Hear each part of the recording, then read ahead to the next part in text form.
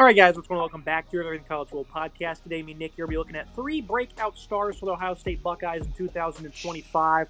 These are some of the names that you'll be hearing out of camp as we dive into spring ball. And, of course, looking to repeat as national champions. There's some players that are going to have to step up after a big amount of departures for the Buckeyes. A clear omission from this list will be Julian Sand, the new presumed starting quarterback for Ohio State. Pretty obvious one there. So he's not going to be on this list.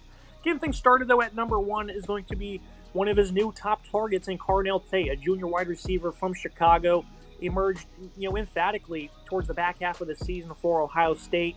As a number 3, 733 yards and 4 touchdowns on top of 52 grabs. The back half of the year is really where he started to make a lot of, way known. Against Northwestern, he had 2 touchdowns in the game against Texas.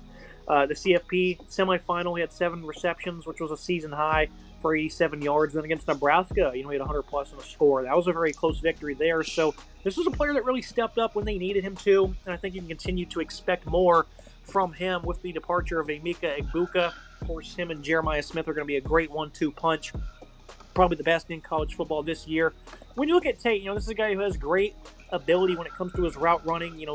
From a technicality standpoint, I'd say it's probably his most advanced area at this moment.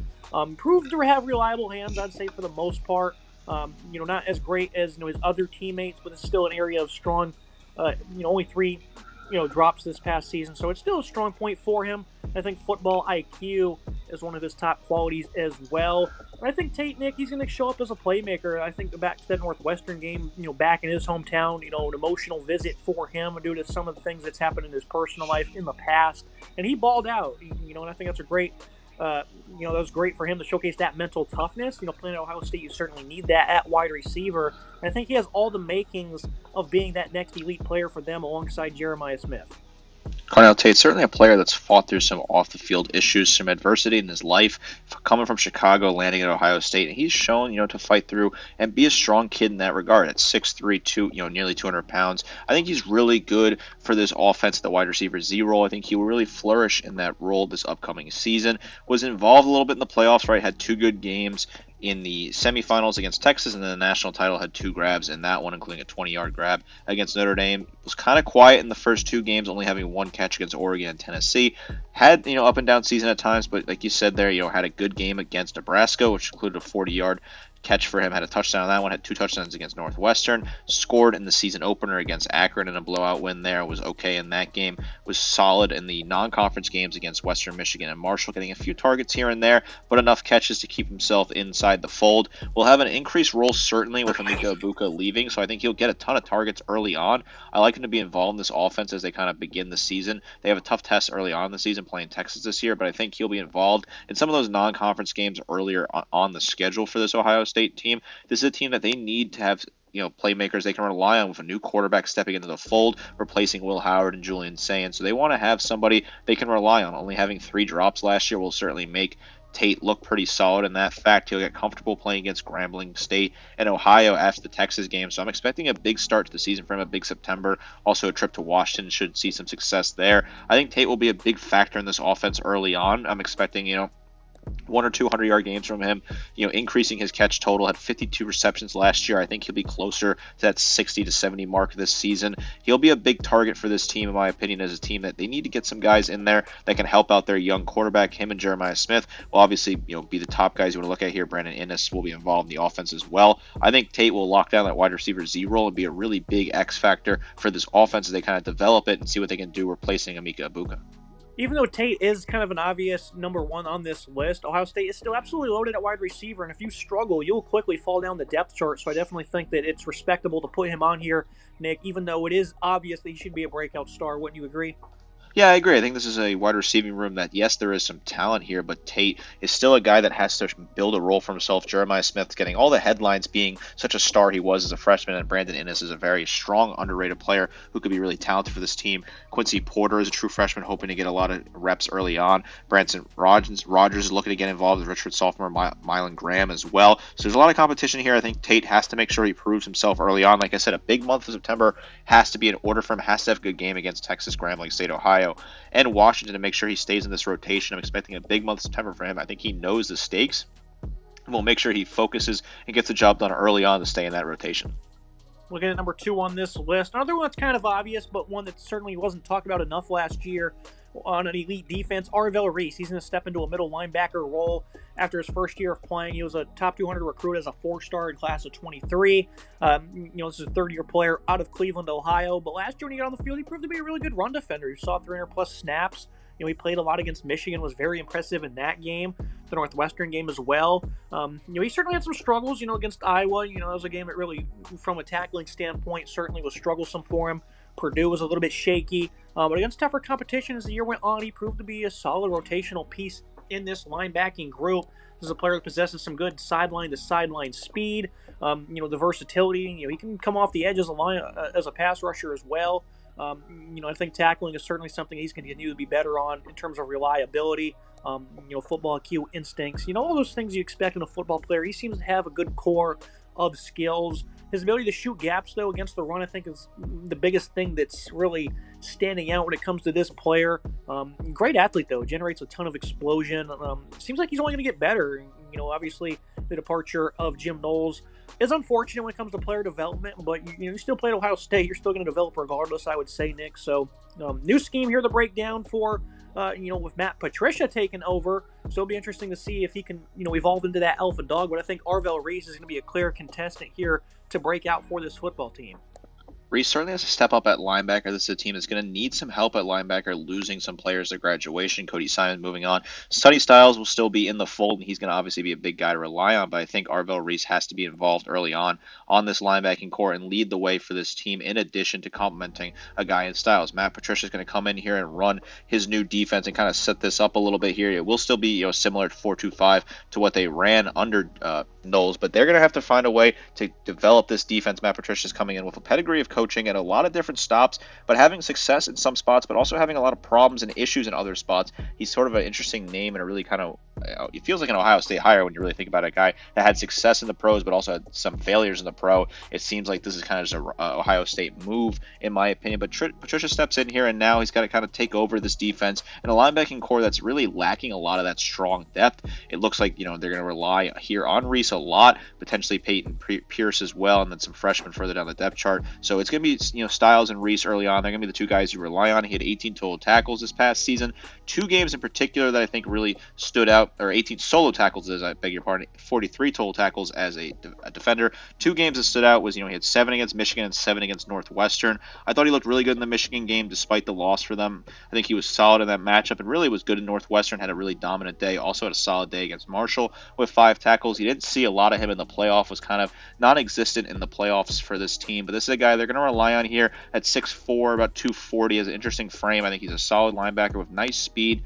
Looking to try and find a way to get that sack total up. Only had half a sack last year. Lacked those sort of bigger stats in terms of sacks, forced fumbles, tackles for loss, those things of that nature.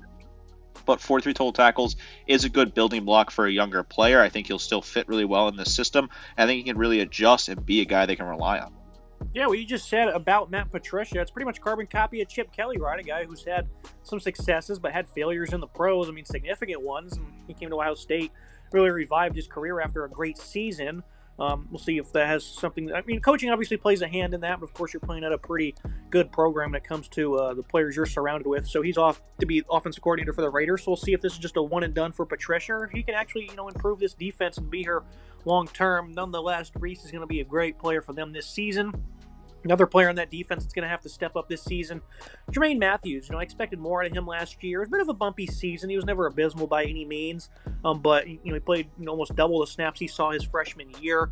And in coverage, he wasn't as great. He's seen a pretty, troublesome game against Notre Dame at 23 reps in that one. And then the Northwestern game was a bit of an issue for him as well in coverage and in tackling.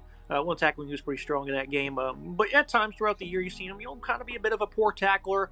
Didn't really have any ball production. He didn't have any, matter of fact. No pass breakups, no interceptions compared to his freshman year. We had a pick 6 and 3 pass breakups. I still think this is a very good player. I still like watching the tape from him, especially his true freshman season. He showed he could be sticky in man coverage. He always seemed to be in phase with wide receivers. He was a handsy player at times. In his freshman year, he's never called for any penalties. So this is a guy who's got good discipline. I'll have to see how many penalties he had this past season. Looks like he only had 2 of them. So, I mean, this is a guy, Nick, that's a very clean player. I think he's a very good talent as well. One thing that you do want to mention is that, a high-ranked incoming freshman in Devin Sanchez will be breathing down his neck for a cornerback position opposite of Davis and Igbeson. So that's something to note. But I think Matthews will have this spot wrapped up, and I think that's another one that's really going to burst onto the scene for the Buckeyes. Matthews is certainly a player we're keeping an eye on for this team, a guy that, has had some production, but really not as productive as you would hope for him so far in his career. The 5'11 sophomore, upcoming junior, about 190 out of Cincinnati, Ohio. This is a kid that's got some good athleticism. I like the speed on him, and the coverage is solid at times. The tackling, I think, does need a little bit of work. His best game of the season, like the previous two players we talked about, was against Northwestern, where he had 4 total tackles in that one. Also had a decent game against Iowa that included a sack, his only sack on the season, had 22 total tackles this past season. Wasn't really noticeable in the playoff for this team. Was involved in the national title game against Notre Dame, but didn't have the greatest day in that matchup. Had a better day against Oregon, I would say, and not a terrible day against Tennessee, but still nothing that really jumps off the screen as a guy that was being a star player here. Again, the secondary has some holes they got to fix right now. At this moment in time, Denzel Burke, Latham Rayson are leaving, so he's probably going to be your left cornerback starter, Matthews, that is opposite of Igbeson, who's still a really good veteran leader for this team. But like you said, some highly ranked freshman talent are certainly coming in and being involved potentially to fight for that spot. Also, you have some potential players you can move around in the secondary. I think Matthews is a serviceable player, right? I think he's a guy you can start and be comfortable with early on. He certainly has a lot of work to do to get into that groove to be a star cornerback, and there's a reason why we talked about him last on this list. I think we're probably the least confident in him having a successful season out of these 3 guys we're talking about. I think there's a lot of big question marks with his tackling technique and some of his coverage ability, like you saw against Notre Dame, where there were some issues where he was a little lazy at times in coverage. Certainly has to step up and make that happen. This secondary for Ohio State, this unit has to be good this year. It certainly has some talented players returning. Obviously, Caleb Downs, Igbeson, and then Renzo Stiles returning are all really good players to have that you bring back in the fold, but they lose some talented players as well, so it's certainly a question mark on this unit, and Matthews is going to go a long way. If he's going to be a boom prospect for this team, I think the secondary will be still one of the best in the nation, but if he struggles, it could certainly damage and really hurt the reputation of the secondary. Yeah, I think Matthews is going to be great. I think Reese will as well, and I think the coaching staff has great confidence in all these players they have stepping into full-time roles, because they only added 2 players in the portal on this side of the ball. One of them was a defensive end from Idaho State, and then a linebacker from Duquesne. So they had zero interest, Nick, in really going out there and getting anybody to fill these roles. So they have great confidence clearly in their roster, as they should. These were all highly ranked players coming out of high school, and they've all already shown flashes of how good they can be in limited playing time. So I think Ohio State's set up to do damage. Final thoughts, Nick. Those are 3 breakout stars for Ohio State this year. I think all of them will be incredibly crucial for finally beating Michigan, hopefully, and then trying to repeat as national champion. You're going to hear all 3 of these names very often. Yeah, I'm certainly interested to see how the 2 defensive players look in the new system under Matt Patricia. This defense was really good last year, obviously. It was a really strong unit that put together a lot of really big moments for the Buckeyes en route to a national title. I mean, they were just holding opponents, the best defense in the nation, holding opponents below 13 points per game. So hopefully if you're an Ohio State fan, you're hopeful they can get back to a similar level. I think Matthews is a really talented player that could definitely be involved. I'm a little worried about him at times, but I think he's still got a lot of room to grow. And then Reese as well could be really solid, a big leader at linebacker position where they need to have guys step up. I'm not too worried about the pass rush, but I am a little worried at times about this linebacking core and this secondary. These are 2 units I'm keeping my eye on as football inches slowly closer to getting back to the fall. And that Texas game is going to be tough early on, right? That season opener is going to be a huge test for this defense against a high-flying offense with Arch Manning at the helm. How will these guys do early on? I think they'll be pretty solid, but only time will tell. Make sure you guys like, comment, subscribe. See you next time.